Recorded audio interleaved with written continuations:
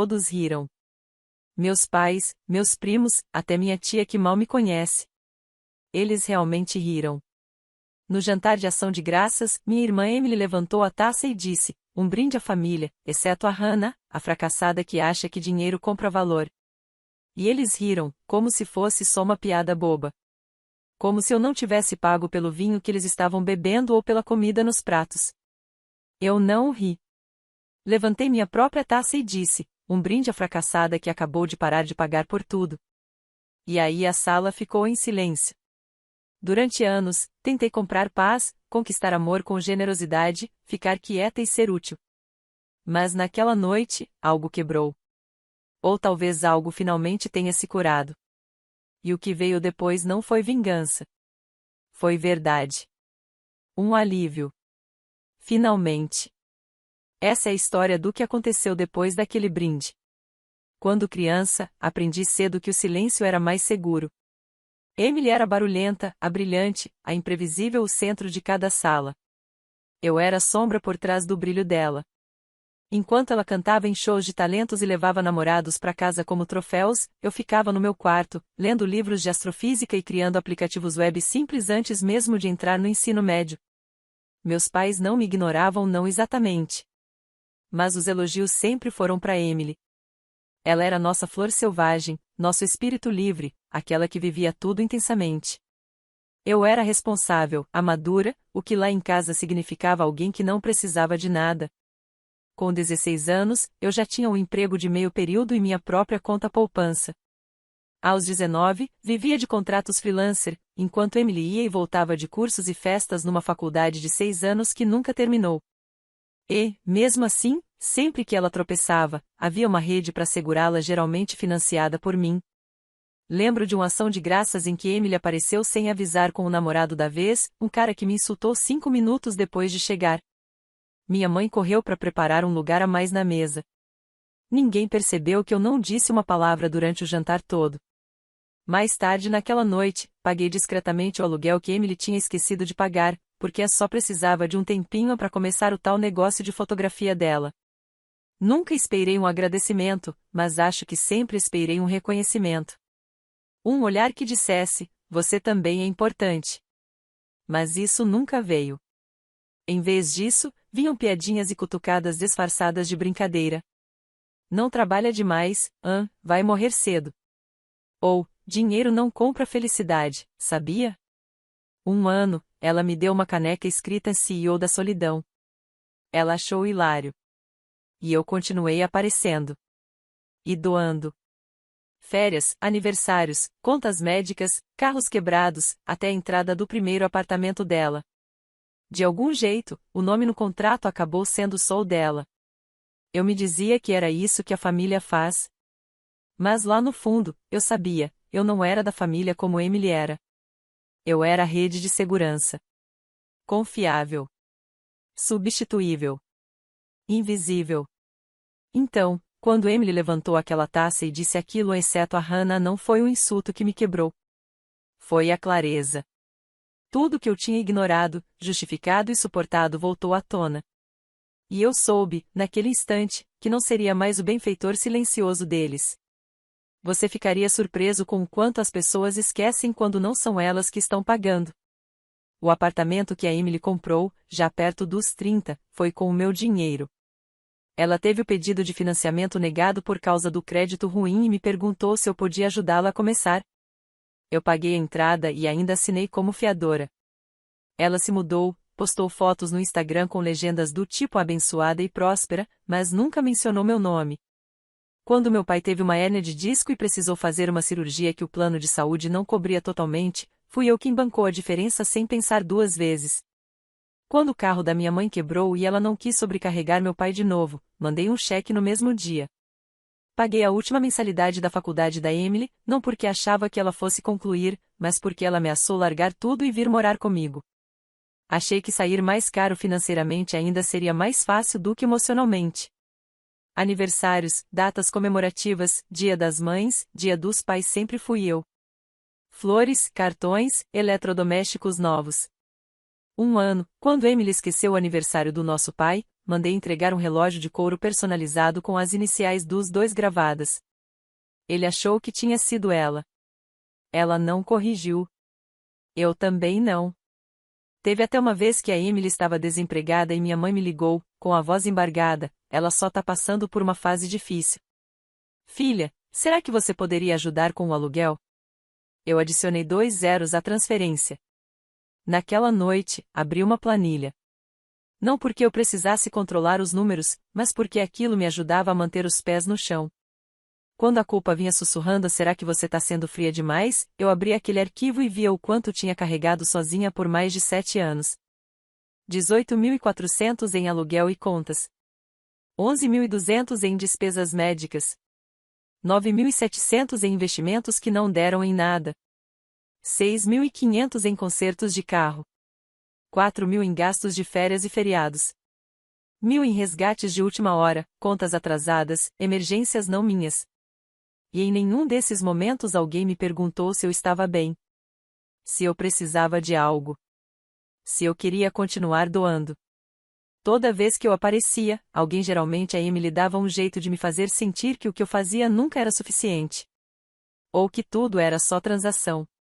Hannah não é muito de sentimentos, ela disse uma vez durante um jantar. Ela só manda dinheiro. Todos riram. Sempre riam. Mas a verdade é que eu não mandava dinheiro por falta de sentimento. Eu mandava porque fui criada acreditando que amar era dar. Que responsabilidade significava silêncio. Que sucesso exigia sacrifício.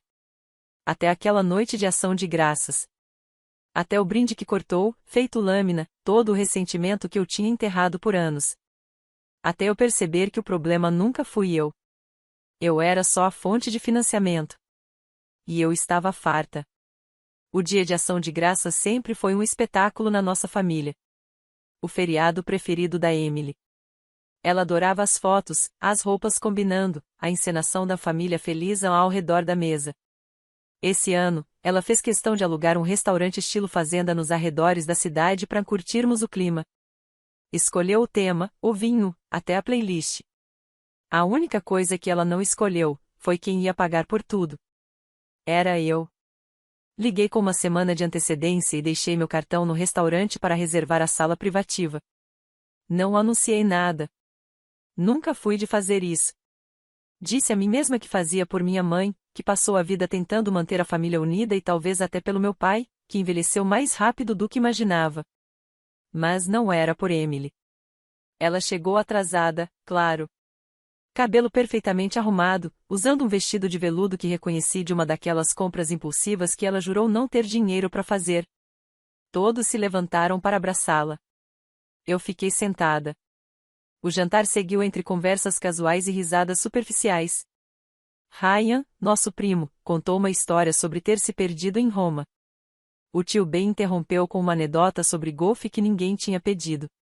Eu bebia meu vinho devagar, contando quantas taças a Emily já tinha virado.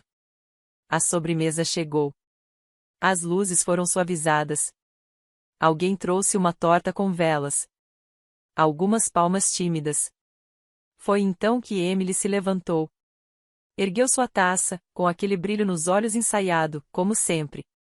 Um brinde à família, disse ela, com a voz doce. Às memórias compartilhadas, ao amor incondicional e a estarmos sempre presentes uns para os outros, não importa o que aconteça. Fez uma pausa. Só o suficiente.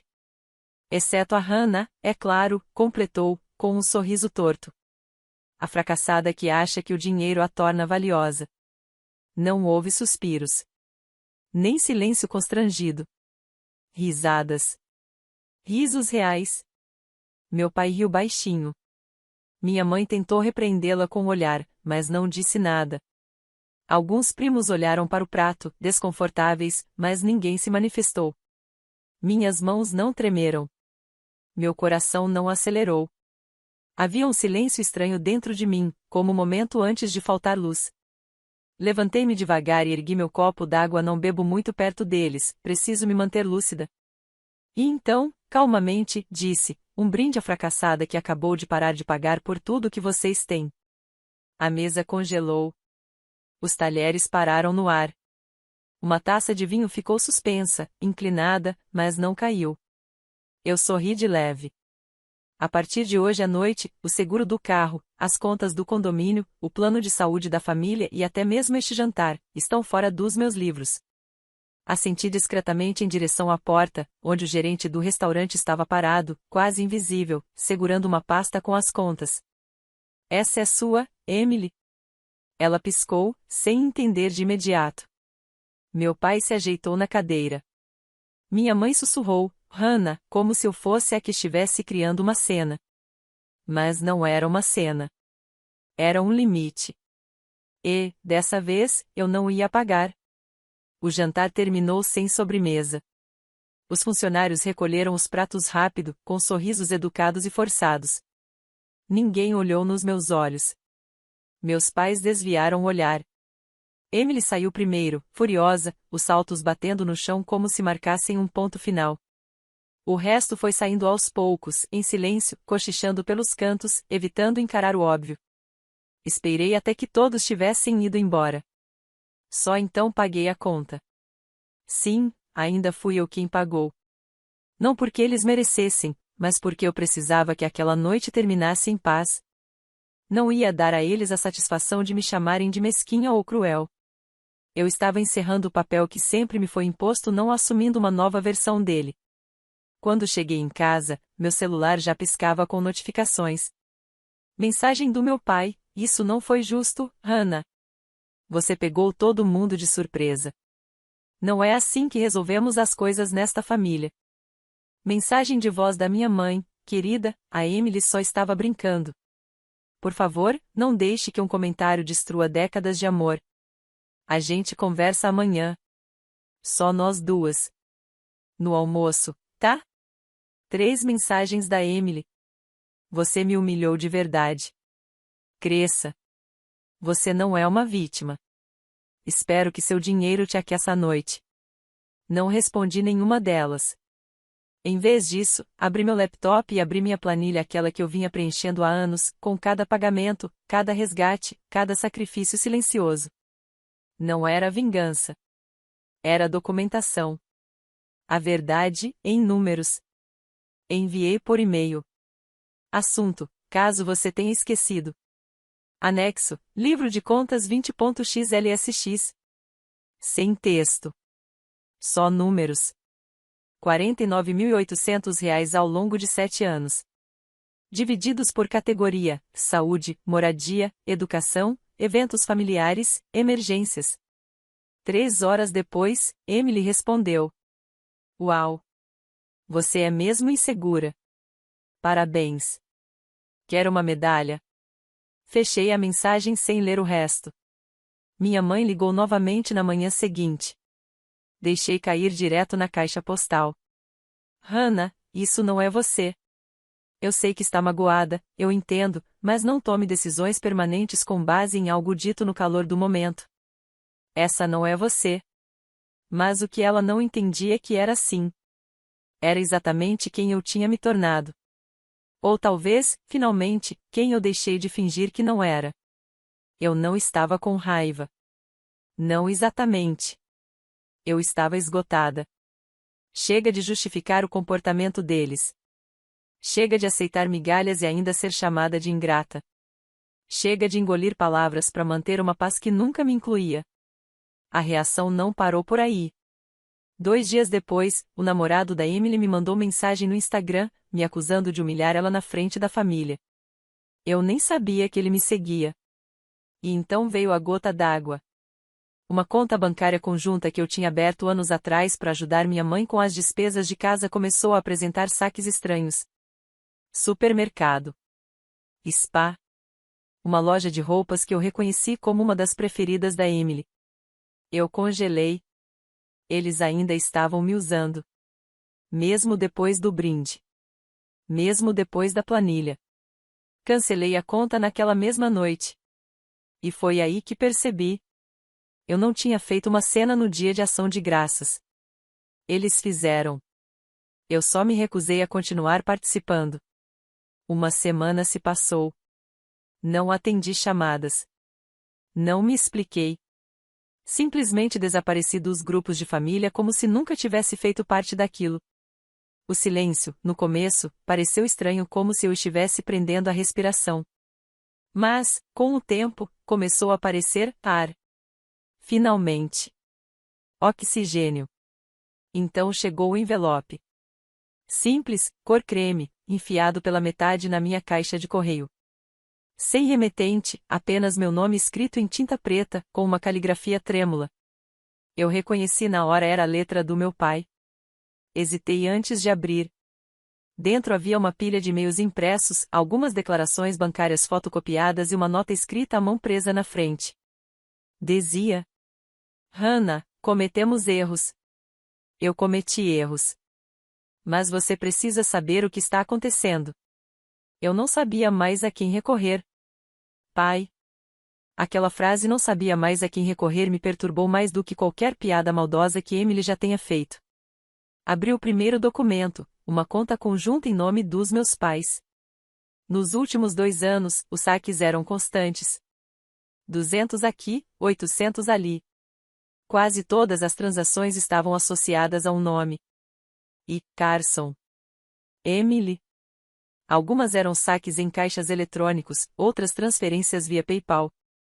Várias estavam marcadas como emergências, mas batiam com postagens que eu lembrava de ver nos stories dela: compras em boutiques, viagens de fim de semana, jantares caros. Os valores não só eram altos, mas também frequentes. Consistentes. Na página seguinte, uma troca de e-mails entre meu pai e o consultor financeiro da família. Talvez tenhamos que refinanciar a casa se isso continuar. Eu não percebi o quanto estávamos atrasados. Tentei falar com a Emily. Ela disse que está cuidando disso, mas a Hannah não pode saber. Ela já fez o suficiente. A Hannah já fez o suficiente. Aquela frase me travou. Foi o mais próximo que já cheguei de ouvir um reconhecimento. E mesmo assim, não foi dito para mim. Estava escondido no meio de uma conversa desesperada. Eles estavam perdendo a casa. A casa onde cresci. Aquela mesma que sempre se gabaram de ter quitada. Agora, hipotecada para sustentar o estilo de vida da Emily. Não porque ela estivesse em necessidade, mas porque esperava. E eles permitiram, repetidas vezes. E agora, estavam no limite. Naquela noite, fiquei sentada na cozinha com a pasta aberta sobre a mesa, o chá esquecido ao lado e as mãos cerradas no colo. Não era mais só sobre um brinde maldoso. Era sobre um padrão. Um que drenou não só minha conta bancária ao longo dos anos, mas minha autoestima. Silenciosamente. Constante. Mas agora eu tinha algo que nunca tive antes. Clareza, poder de decisão, e uma escolha. Eu poderia ir embora de vez, deixá-los enfrentar as consequências sozinhos. Ou poderia usar o que sabia para protegê-los. Não por eles. Por mim. Porque se eu não quebrasse esse ciclo agora, ele continuaria girando mesmo depois que eu me fosse. Na manhã seguinte, liguei para uma advogada. O nome dela era Marissa Adler. Firme, objetiva, sem rodeios. Ela tinha ajudado uma amiga minha a montar um fundo fiduciário depois de um divórcio complicado. Eu sabia, era com ela que eu começaria a escrever meu próximo capítulo. Expliquei tudo.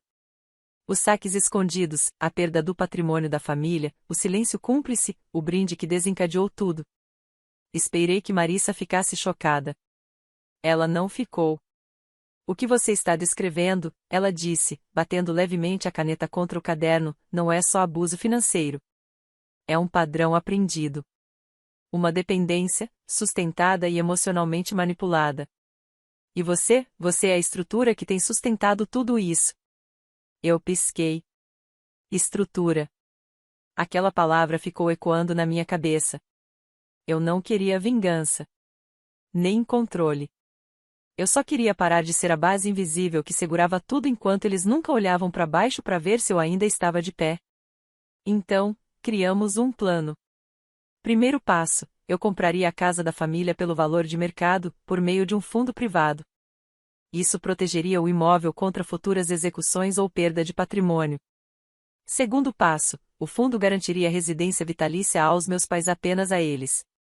Se tentassem transferir os direitos para Emily ou usar a casa como garantia de empréstimo de novo, o fundo seria automaticamente congelado. Terceiro passo: eu quitaria as dívidas existentes com uma parte da minha renda de investimentos, mas com tudo documentado, com assinaturas e cláusulas legais. Chega de favores informais. Chega de zonas cinzentas. Emily não fazia parte do acordo. Marissa redigiu tudo em menos de uma semana. No dia seguinte, transferi os fundos.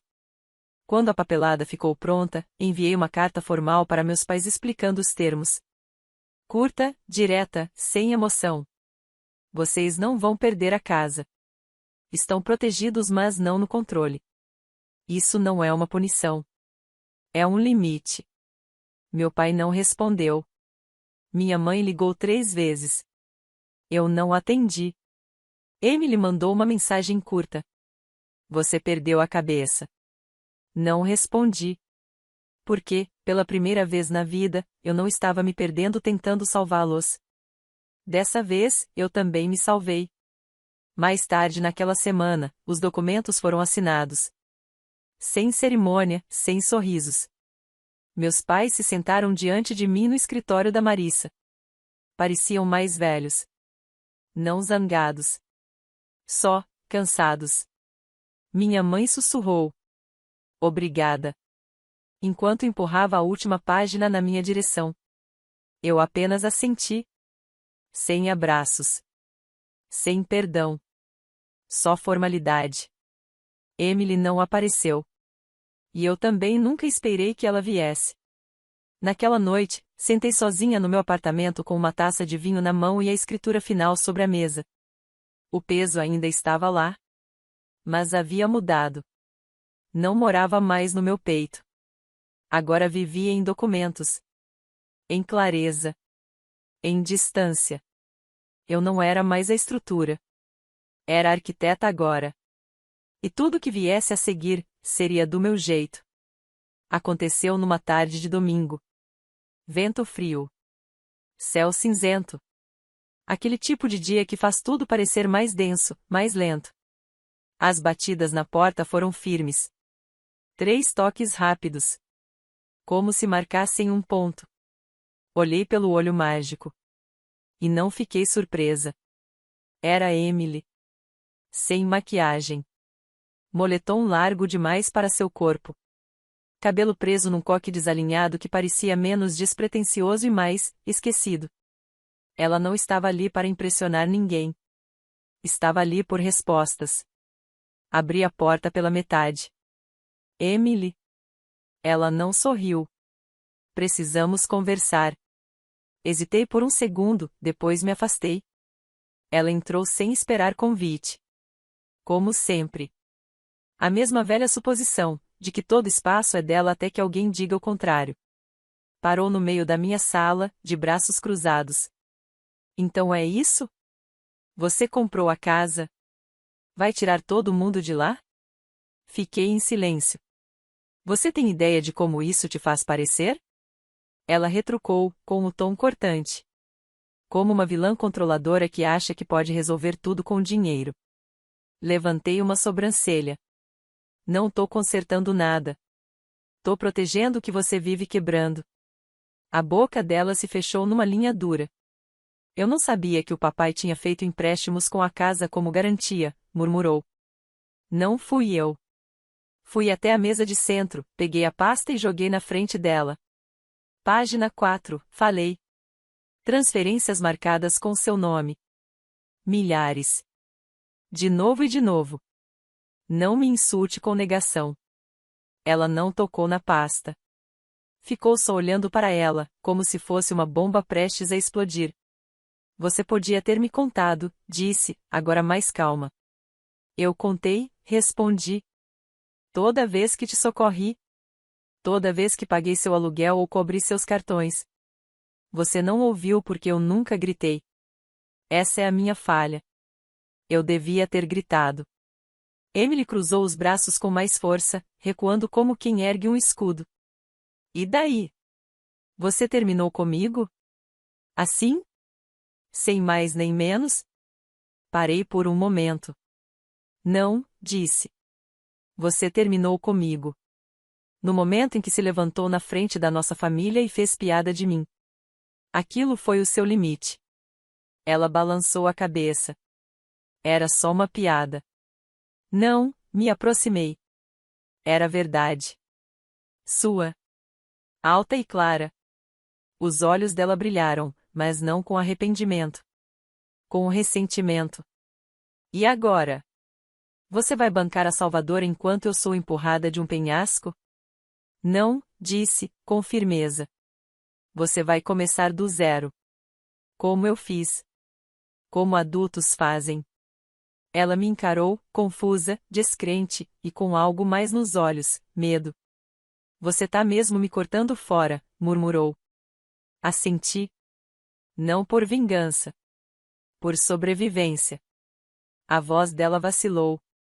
O que me resta? Olhei nos olhos dela. O que você decidir construir. Emily se virou. Sem drama. Sem gritos. Sem porta batendo. Apenas passos silenciosos e uma única respiração antes de desaparecer no corredor. E pela primeira vez, depois que ela se foi, eu não senti culpa. Senti paz. 2 semanas depois da visita da Emily, saí do meu apartamento com os papéis finalizados. A casa havia sido oficialmente transferida para o fundo. Meus pais assinaram cada página com olhos cansados e mãos trêmulas. Sem discursos. Sem reconciliação. Apenas assinaturas, silêncio, e uma gratidão distante, contida. Quando minha mãe me entregou a última página assinada, evitou meu olhar. Você não precisava fazer isso, murmurou. Olhei para ela, firme. Não, eu não precisava. Saí logo em seguida, deixando que Marissa finalizasse a entrega dos documentos. Eu não queria um momento de falsa intimidade. Eu queria limites reais, concretos, legais. Limites que não pudessem ser ridicularizados em jantares de família ou desfeitos por culpa emocional. Estabeleci uma quantia mensal modesta para meus pais o suficiente para cobrir o básico, mas longe dos luxos. A confiança era blindada. Se a Emily tentasse tocar nela, os fundos seriam imediatamente congelados. Contratei um administrador independente para cuidar das distribuições. Assim, pude me afastar por completo. Não era sobre controle. Era sobre distância. 3 semanas depois, soube por uma prima que Emily havia se mudado para a casa de uma amiga, do outro lado da cidade. Tentou trabalhar como vendedora em uma loja de roupas, mas desistiu após 5 turnos. Disse que o gerente era condescendente. Emily sendo Emily. Mas eu não a acompanhei. Não liguei. Não fiz check-in. Porque agora eu não devia mais nada. Naquele Natal, recebi um cartão da minha mãe. Um envelope branco simples. Sem presentes, sem desenhos, sem lembrancinhas. Dentro, apenas uma única frase. Não merecíamos a sua graça, mas obrigada mesmo assim. Fiquei olhando para ele por um tempo longo. Não chorei. Não liguei. Apenas guardei o cartão na pasta onde agora ficavam todos os documentos os que antes me destruíam. Agora, eles me lembravam de algo diferente. Eu sobrevivi. Saí para caminhar. O céu estava nublado, o frio apertava minhas bochechas, mas dentro de mim, eu me sentia leve. Passei por vitrines decoradas com guirlandas, famílias fazendo compras, casais rindo. E percebi uma coisa. Pela primeira vez na minha vida adulta, minha agenda não girava em torno das necessidades de ninguém além de mim. Não havia um pagamento escondido a enviar no Venmo.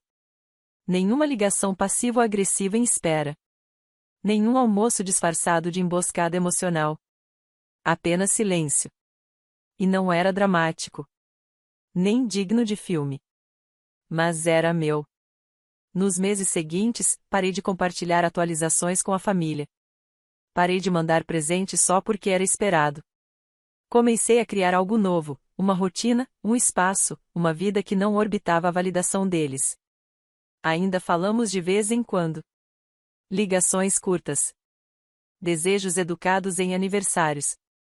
Sem piadas ácidas, sem cobranças veladas. Apenas civilidade. Não é proximidade.